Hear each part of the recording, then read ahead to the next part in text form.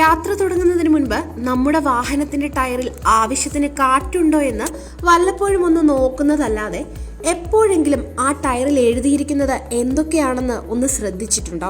Tyre നിർമ്മാതാക്കളുടെ പേര്, ടയറിന്റെ size, അളവുകൾ എന്നിവയ്ക്ക് പുറമെ നാം ശ്രദ്ധിക്കാത്ത അല്ലെങ്കിൽ പെട്ടെന്ന് എന്താണെന്ന് പിടികിട്ടാത്ത ചില അക്കങ്ങൾ കൂടി അതിൽ രേഖപ്പെടുത്തിയിരിക്കുന്നത് കാണാം. അതും നമ്മൾ ശ്രദ്ധിക്കേണ്ട കാര്യങ്ങളാണ്. ഒരു ചെറിയ അശ്രദ്ധയ്ക്ക് ചിലപ്പോൾ വലിയ വില കൊടുക്കേണ്ടി വന്നേക്കാം.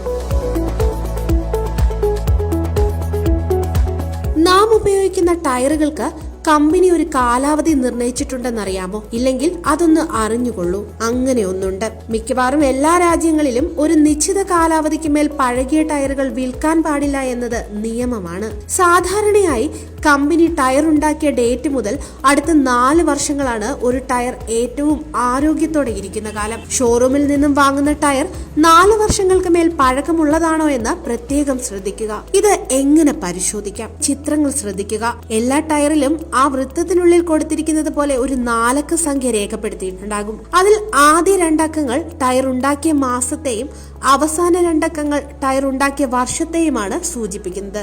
ഉദാഹരണത്തിന് 1619 എന്നാണ് ടയറിൽ രേഖപ്പെടുത്തിയിരിക്കുന്നതെങ്കിൽ 2019 16-ാമത്തെ ആഴ്ചയിലാണ് ഈ ടയർ ഉണ്ടാക്കിയിരിക്കുന്നത്. അതായത് 2019 ഏപ്രിൽ മാസം. ഇത്തരത്തിലാണ് ടയർ ഉണ്ടാക്കിയ മാസം കണക്കാക്കുക.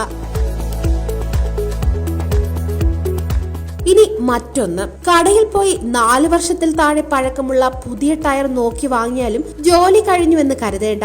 ഇനിയുമുണ്ട് ഒരുപാട് കാര്യങ്ങൾ ശ്രദ്ധിക്കാൻ. അധികം ഓട്ടമില്ലാത്ത കാറുകളിൽ ആരും ശ്രദ്ധിക്കാതെ ഒരു കാര്യമുണ്ട്.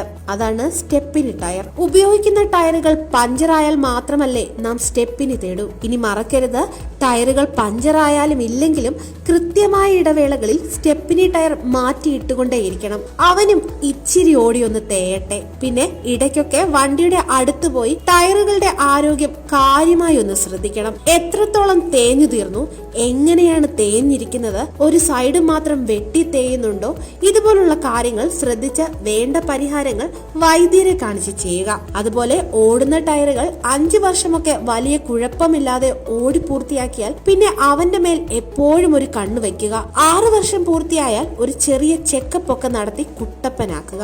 അപ്പോൾ ഇനി കടയിൽ പോയി ടയർ വാങ്ങുമ്പോൾ അതുണ്ടാക്കിയ വർഷവും മാസവും ഒന്ന് ശ്രദ്ധിക്കാൻ മറക്കണ്ടട്ടോ.